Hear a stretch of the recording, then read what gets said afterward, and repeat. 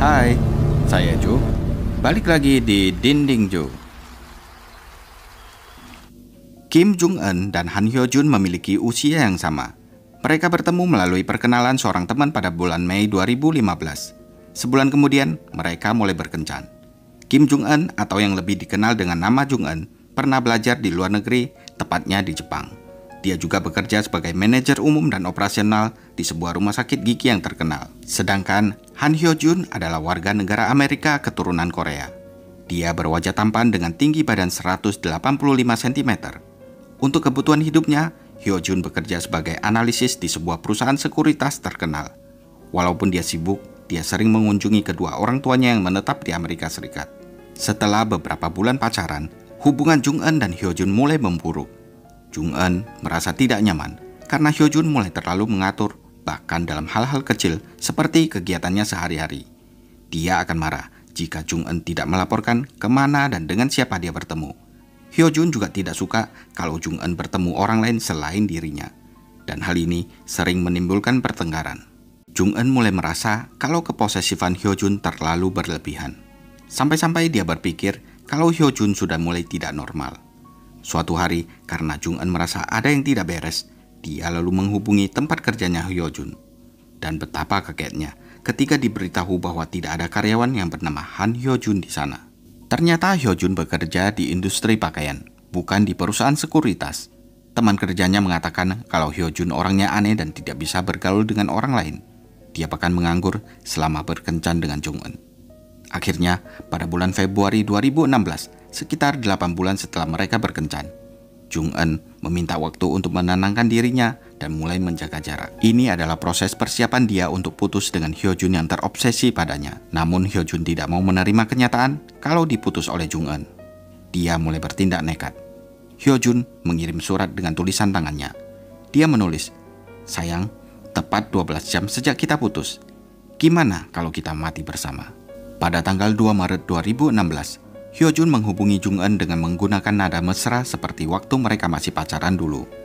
Dengan alasan akan melunasi pinjamannya sebesar 3,4 juta won atau sekitar 40 juta rupiah, dia mengajak Hyo-jun ketemuan di jembatan Jamsil. Sesampainya di sana, ternyata Hyo-jun malah mengancamnya. Hyo-jun mengatakan bahwa dia pernah mencoba membunuh mantan pacarnya yang dulu, tetapi gagal. Dia hanya berhasil mematahkan kakinya. Namun kali ini, dia tidak akan gagal. Dia tahu di mana Jong-un tinggal, bekerja, dan bahkan tahu di mana letak salon kecantikan ibunya Jong-un. Hyo-jun mengancam akan membunuhnya dan seluruh keluarganya jika Jong-un mencoba putus dengannya. Di saat yang sama, Hyo-jun juga menghubungi saudaranya yang tinggal di Amerika untuk meretas file USB Jong-un yang telah dirampasnya. USB itu nantinya akan dikirim melalui pos jika Jong-un mencoba melaporkannya ke polisi. Jong-un tentu saja ketakutan karena USB itu berisi rahasia pribadinya. Namun Hyo-jun tidak peduli. Dengan kasar, dia menjatuhkan Jong-un dan menginjak tubuhnya. Tentu saja setelah kejadian itu, Jong-un tidak berani menceritakan apapun tentang kejadian ini kepada orang tuanya atau siapapun. Jong-un masih syok dengan perlakuan dan ancaman dari Hyo-jun. Dia sangat ketakutan, bahkan sampai tidak dapat berbicara untuk sementara waktu. Dan setiap kali dia mendengar suara keras, Jong-un akan langsung meringkuk di lantai dengan tubuh gemetar ketakutan. Pada tanggal 11 Maret, 9 hari setelah Jong-un diancam, Jong-un kembali mendapatkan telepon dari Hyo-jun yang mengajaknya untuk ketemuan. Saat itu, Jong-un sudah merasa putus asa. Dia memberitahu Hyo-jun kalau dia sekarang sakit. Kakinya terasa lemah dan dia tidak bisa keluar untuk menemuinya. Mendengar itu, Hyo-jun meresponnya seperti ini. "Sepertinya aku telah berbuat hal buruk padamu. Aku tidak ingin hubungan kita seperti ini." Hyo-jun juga mengatakan kalau semua ancamannya di jembatan kapan hari hanyalah gertakan belaka.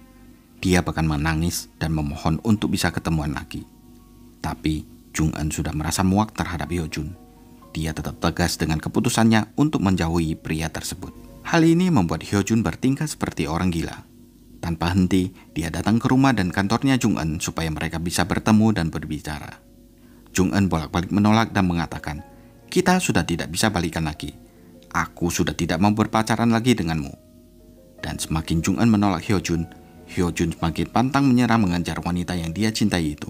Malam hari pada tanggal 12 Maret, Hyo-jun menelpon Jong-un dan mengatakan Aku emang pantas mati karena telah menyakitimu.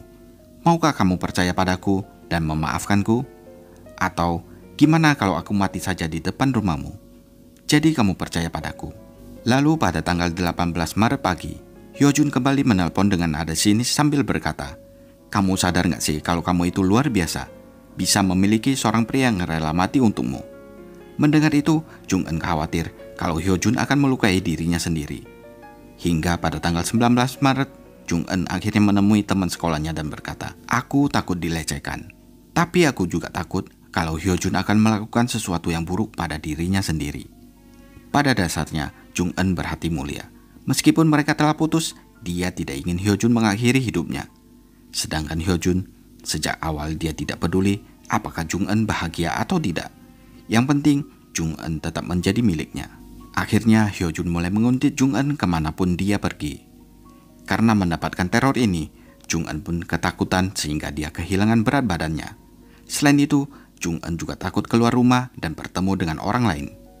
Ayahnya Jung-eun yang sedang melawan penyakit kanker pada saat itu akhirnya mengetahui hal ini. Pihak keluarga Jung-eun akhirnya melaporkan Hyojun ke polisi karena telah melakukan penguntitan dan pengancaman melalui SMS dan telepon. Namun sayangnya, Jung-eun tetap tidak mendapatkan perlindungan khusus setelah laporan itu. Malahan, gara-gara hal ini, Hyojun semakin mengamuk. Apalagi dia harus membayar denda sebesar 80.000 won atau sekitar 950.000 rupiah. Karena tidak ada polisi yang melindungi Jung-eun, orang tua Jung-eun terpaksa harus mengikuti dan melindungi putri mereka sendiri. Mereka menemani Jung-eun dalam perjalanan ke dan dari tempat kerjanya. Sementara itu, Jung-eun hanya bisa berharap kalau suatu hari nanti Hyojun akan bosan dan berhenti melakukan ini terhadapnya. Sebenarnya, orang tua Jung-eun sudah pernah mencoba menyelesaikan situasi ini secara damai. Ayahnya Jung-eun bahkan meminta Hyojun untuk berhenti membuntuti putri mereka. Dia juga mengajak Hyojun untuk minum-minum sambil membicarakan hal ini baik-baik. Hyojun pun setuju, dan sejak saat itu, dia tidak mengganggu Jung-eun lagi. Jung-eun pun merasa lega, karena akhirnya dia tidak mendengar kabar dari Hyojun lagi. Sayangnya, itu hanya sementara saja. Harapannya langsung buyar saat dia lagi di kantor dan melihat Hyojun yang sedang mengawasinya dari atap gedung di seberang jalan. Segera setelah kejadian tersebut, Hyojun pun mulai menerornya lagi melalui telepon seperti sebelumnya. Beberapa hari kemudian, di pagi hari, Hyojun menelpon di depan rumahnya Jung-eun. Ayahnya Jung-eun langsung pergi keluar untuk mengusir Hyojun. Tapi Hyojun bersembunyi sehingga tidak terlihat. Dia malah mengejek Jung-eun dengan mengatakan, "Enak ya, ada yang jagain." Jung-eun memilih untuk mengakhiri percakapan itu dengan mengatakan, "Perasaanku padamu sudah benar-benar hancur. Kamu pikir kita bisa balikan lagi? Bisa nggak sih kamu biarin aku pergi?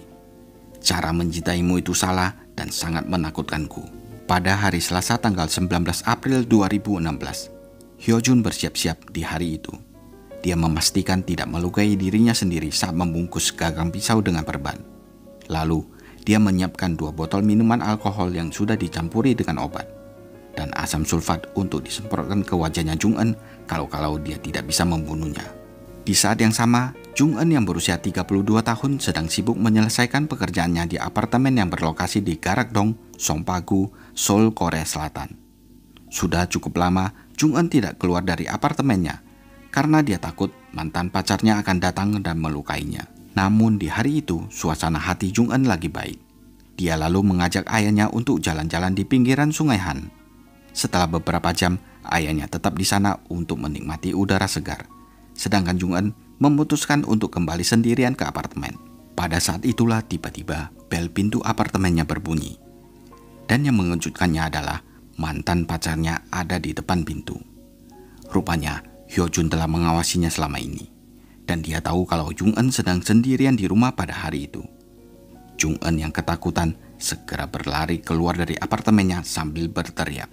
Tidak jauh di belakangnya, Hyojun mengejarnya dengan sesuatu yang tampaknya seperti pisau di tangannya. Dalam keadaan panik dan putus asa, Jung-eun terus berlari tanpa alas kaki menuju ke tempat parkir di depan apartemen. Mungkin karena lelah, dia akhirnya terjatuh. Dan Hyojun yang telah menunggu kesempatan ini langsung mendekati dan menusuknya di leher, jantung, dan tulang rusuknya sebanyak 6 kali. Karena kejadian itu terjadi di pagi hari di jam kerja, ada penjaga keamanan apartemen dan banyak warga di sekitar sana yang menonton. Beberapa orang memberanikan diri untuk mencoba membantu Jung-eun, tetapi Hyo-jun tidak takut. Dia tetap melanjutkan perbuatan kejinya dengan cepat dan menyelesaikan apa yang telah dia rencanakan. Hyo-jun mengancam penjaga keamanan yang mendekat. Dia mengayunkan pisaunya dan mengatakan kalau akan membunuhnya jika penjaga keamanan itu berani mendekatinya. Kemudian Hyo-jun melarikan diri dari tempat kejadian dengan sepeda motornya. Kim Jung-eun segera dilarikan ke rumah sakit terdekat. Namun dia sudah meninggal di tempat kejadian karena luka yang dalam dan pendarahan yang berlebihan. Rekaman CCTV di pintu masuk apartemen pada saat itu menangkap perjuangan terakhir Jung-eun. Meski kelihatan putus asa, dia tetap gigih mencoba mempertahankan hidupnya. Polisi segera dihubungi dan tiba di TKP. Setelah diadakan penyelidikan, selain pisau yang digunakan untuk membunuh Jung-eun, ditemukan 2 pisau tajam lainnya, tali nilon, dan asam sulfat. Semuanya itu ditemukan di dalam tas yang dibawanya pada pagi itu. Berdasarkan rekaman CCTV di sekitar TKP dan keterangan saksi mata, polisi menetapkan Hyo-jun sebagai tersangka.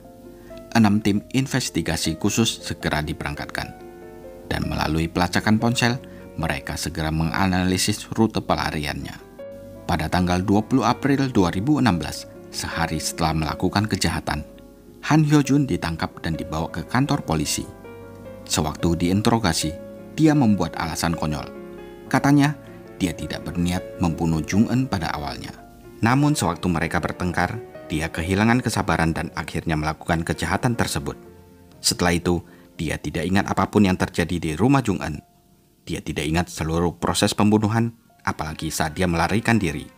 Hyo-jun hanya mengatakan, "Aku tidak bermaksud untuk membunuh Jung-eun. Aku sebenarnya menyimpan senjata itu untuk melukai diri sendiri." Terlihat jelas, Hyo-jun sedang berusaha untuk menyangkal kejahatan tersebut. Padahal, mobilnya ditemukan berada di kompleks apartemen Jung-eun. Dia bahkan sudah menyiapkan sepeda motor di tempat lain untuk kabur. Dari penyelidikan polisi, diketahui setelah melakukan pembunuhan itu, Hyo-jun pergi ke salon kecantikan milik ibunya Jung-eun yang terletak di daerah Munjongdong, Songpagu. Kemudian melarikan diri ke rumahnya yang terletak di sekitar Gyeomundong, di kota Guri, Provinsi Gyeonggi sekitar 15 km dari TKP. Ini menunjukkan kalau pembunuhan Jung-eun telah direncanakan sebelumnya. Saat kejadian, Hyo-jun tidak membawa senjata yang lain selain pisau. Dan ketika ditanya oleh polisi di mana pisau itu, dia menjawab tidak tahu. Tangan kiri Hyo-jun juga terluka parah akibat pisaunya patah saat menusuk Jung-eun. Dia sempat mendapatkan perawatan di rumah sakit setelah ditangkap. Ternyata saat itu Hyo-jun menyembunyikan pisaunya secara diam-diam di dalam balutan perban lengannya. Dia kemudian ditahan di penjara. Dan di sana, Hyo-jun dengan sombongnya menunjukkan pisau itu ke tahanan lainnya. Seorang tahanan langsung memberitahu polisi. Setelah dilakukan penggeledahan, polisi akhirnya menemukan pisau sepanjang 23 cm yang disembunyikan di dalam selimut. Meski penangkapan Hyo-jun relatif cepat, masyarakat sudah terlanjur marah dan kecewa. Mereka menilai polisi tidak mampu mencegah kejadian mengerikan tersebut. Yang diinginkan oleh korban dan keluarganya hanyalah menjauhkan Hyo-jun yang mau menyakiti Jung-eun. Dan di persidangan, Hyo-jun tanpa perasaan malu dan bersalah mengatakan, "Aku membunuhnya karena sangat mencintainya. Setelah itu, aku berniat mengakhiri hidupku." Hyo-jun juga berbohong bahwa dia yang meminta putus terlebih dahulu setelah melihat Jung-eun selingkuh dengan pria lain. Tetapi Jung-eun yang masih ingin melanjutkan hubungan mereka. Pernyataan Hyo-jun sangat tidak masuk akal. Padahal dia yang menggunakan senjata dan membunuh Jung-eun. Tapi dia malah menyalahkan Jung-eun. Seakan-akan dia membunuh karena Jung-eun telah mengkhianati cintanya. Menurut Profesor Lee Soo-jong, seorang psikolog kriminal, orang-orang dengan korban mentalitas di masa lalu memiliki kemungkinan besar akan berkembang menjadi obsesif dan agresif. Hyo-jun berimigrasi ke Amerika Serikat pada tahun 1997 dan memperoleh kewarganegaraannya ketika dia berusia 13 tahun. Tapi dia tidak bisa beradaptasi dengan baik. Akhirnya setelah 3 tahun, dia kembali ke Korea. Selama masa remajanya, dia tinggal sendirian dan terpisah dari keluarganya. Meskipun karakter keluarganya tidak terungkap, sepertinya keluarga Hyo-jun mengalami masalah untuk mengendalikan putranya. Fakta bahwa Hyo-jun pernah meminjam uang dari Jung-eun menunjukkan kemungkinan dia tidak diperlakukan dengan baik oleh orang tuanya saat tinggal sendirian. Meskipun begitu, orang tua Hyojun kemudian menyewa 4 pengacara untuk membela Hyojun. Sebenarnya, ketika mereka mulai berkencan, rencana pembunuhan Hyojun sudah mulai disusun dan perlahan-lahan mulai berkembang. Dan kejadian tragis itu terjadi hanya dalam 53 hari, sejak penguntitan dimulai hingga pembunuhan Jung-eun. Tim pembela Hyojun yang terdiri dari 4 pengacara menunda persidangan dan hanya mengakui dakwaan pembunuhan. Mereka menyangkal dakwaan penguntitan dan ancaman. Mereka bahkan meminta evaluasi kesehatan mental buat Hyojun, tapi hal itu ditolak. Pada persidangan pertama yang dijadwalkan pada tanggal 6 Oktober 2016, Han Hyojun dijatuhi hukuman penjara seumur hidup dan harus memakai gelang elektronik selama 20 tahun. Namun, tanpa penyesalan dan rasa bersalah, Hyojun mengajukan banding. Kampanye tanda tangan besar-besaran diadakan untuk memberikan dukungan kepada keluarga korban Kim Jung-eun.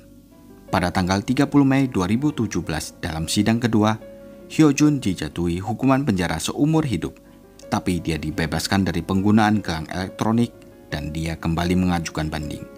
Akhirnya, pada bulan September 2017, Mahkamah Agung menjatuhkan hukuman penjara seumur hidup kepada Han Hyojun. Dalam sebuah wawancara di tanggal 7 Februari 2018, Hyojun dengan aneh mengatakan kalau dia tidak yakin apakah dia melakukan ini karena benci atau cinta. Dan ketika ditanya apakah dia menyesalinya, Hyojun menjawab, "Ya, dia menyesalinya. Bahkan setiap malam, Jung-eun muncul dalam mimpinya. Jung-eun terlihat sangat cantik, seperti saat mereka berkencan. Meski merasa sakit hati memikirkan hari-hari bahagia saat mereka masih bersama dan selalu mengatakan kalau dia ingin mati, tapi Hyojun tetap menyangkal telah menghancurkan hidupnya Jung-eun. Sejak awal tahun 1990-an, semua negara bagian di Amerika telah memberlakukan undang-undang anti penguntitan. Dan sejak tahun 1998, penguntitan melalui internet juga termasuk dalam pelanggaran yang dapat dihukum. Demikian pula, Jerman memberlakukan undang-undang itu pada tahun 2007, yang menganggap semua tindakan mendekati dan menghubungi melalui telepon sebagai penguntitan. Dan jika dinilai membahayakan kesehatan fisik atau mental, akan mendapatkan hukuman penjara 3 hingga 5 tahun. Namun Korea Selatan baru mulai mengambil tindakan dan mengeluarkan RUU anti penguntitan pada tahun 2022, yaitu 6 tahun setelah pembunuhan Kim Jong-un. Padahal 22 tahun yang lalu, sekitar tahun 2000, RUU pertama telah diusulkan.